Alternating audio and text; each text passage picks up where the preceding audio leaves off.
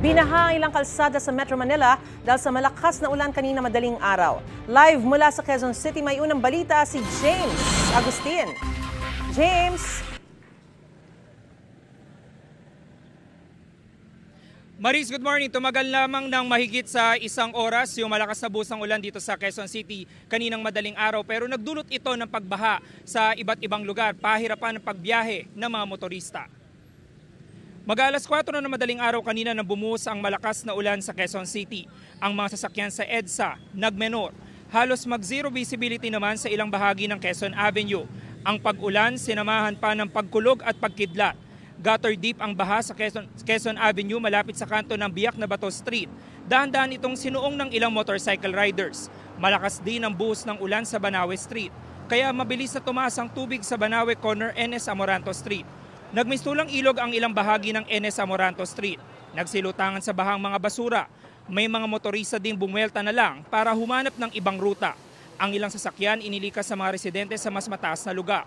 Gutter deep din ang baha sa Santo Domingo Avenue malapit sa kanto ng Calamba Street.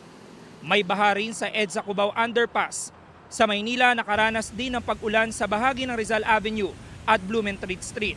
Narito naman ang magkakasunod na pahayag ng mga motorista na naglikas ng kanilang mga sasakyan sa mas mataas na lugar at mga motorcycle rider na naapektuhan ng pagbaha sa Quezon City. Nalubog na even sasakyan nandun sa loob eh.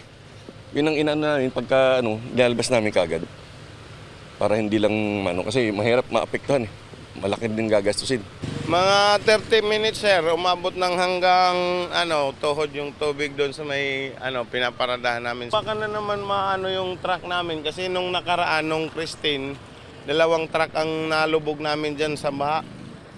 Bali yun nga, pagka naano namin yung lakas ng ulan, nalikas na kami kagad. Mahirap po kasi wala kami madaanan tulad yan. Maliit yung motor namin, hindi kami maka-access. Tapos delay pa yung delivery namin kasi gawa ng baha ng kalsada. Grabe, lahat ng walang malulusutan, puro baha eh. Aga mo, inagahan namin pasok para hindi malate. Malate talaga. Hanap ng ng daan na di masyado mataas yung baha.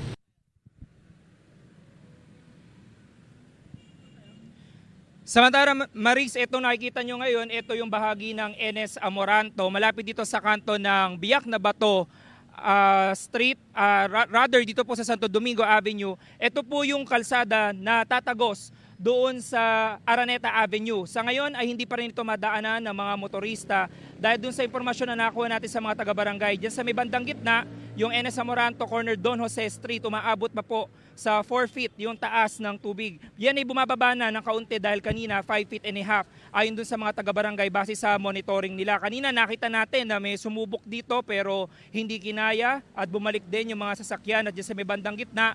Hindi lamang yung mga baha yung nakita natin, nagsisilutangan yung sandamakmak na basura. Kaya maraming mga motorista hindi pa makadaan sa kalsada na ito hanggang sa mga oras na ito.